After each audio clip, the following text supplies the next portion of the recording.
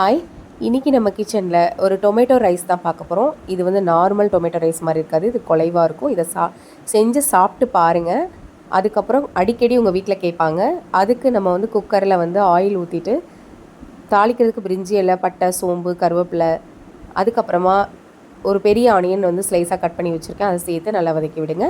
இது வதங்கிட்டு இருக்கும்போதே நம்ம ஒரு மசாலா வந்து அரைக்கணும். அதுக்கு கொஞ்சமாக தேங்காய், ஒரு ஸ்பூன் சோம்பு, ஒரு ஸ்பூன் சீரகம், கசகசா, மஞ்சள், காஞ்ச மிளகாய் இதெல்லாம் போட்டு நல்லா பேஸ்ட்டாக அரைச்சிக்கோங்க.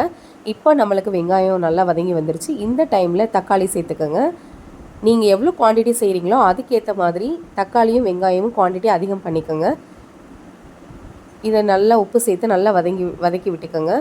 இப்போ நான் வந்து பச்சரிசி, இந்த ரைஸ்க்கு பச்சரிசி மட்டும்தான் யூஸ் பண்ணணும். இது வந்து 2 பங்கு எடுத்திருக்கேன். இதில் எடுத்துகிட்டு இப்போ தக்காளி நல்லா வதங்கி வரவும் நம்ம அரைச்சி வச்ச பேஸ்ட்டை சேர்த்து நல்லா வந்து அதையுமே கிளறி விடுங்க. இப்போ நான் வந்து அதில் 2 பங்குக்கு 6 பங்கு தண்ணி எடுத்திருக்கேன். அதை ஊற்றிக்கலாம். ஏன்னா இந்த சாதம் வந்து குலைவாக வரணும்.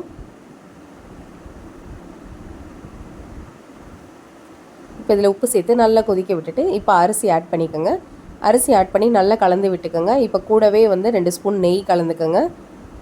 கலந்துட்டு இதை வந்து 4 to 5 விசில் மீடியம் ஃப்ளேமில் வச்சு எடுத்திங்கன்னா நம்மளுக்கு அருமையான தக்காளி சாதம் ரெடி. இதுக்கு தேங்காய் சட்னி தான் சைட் டிஷ்ங்க. இது சாப்பிட்டு பார்த்துட்டு சொல்லுங்கள். Thank you for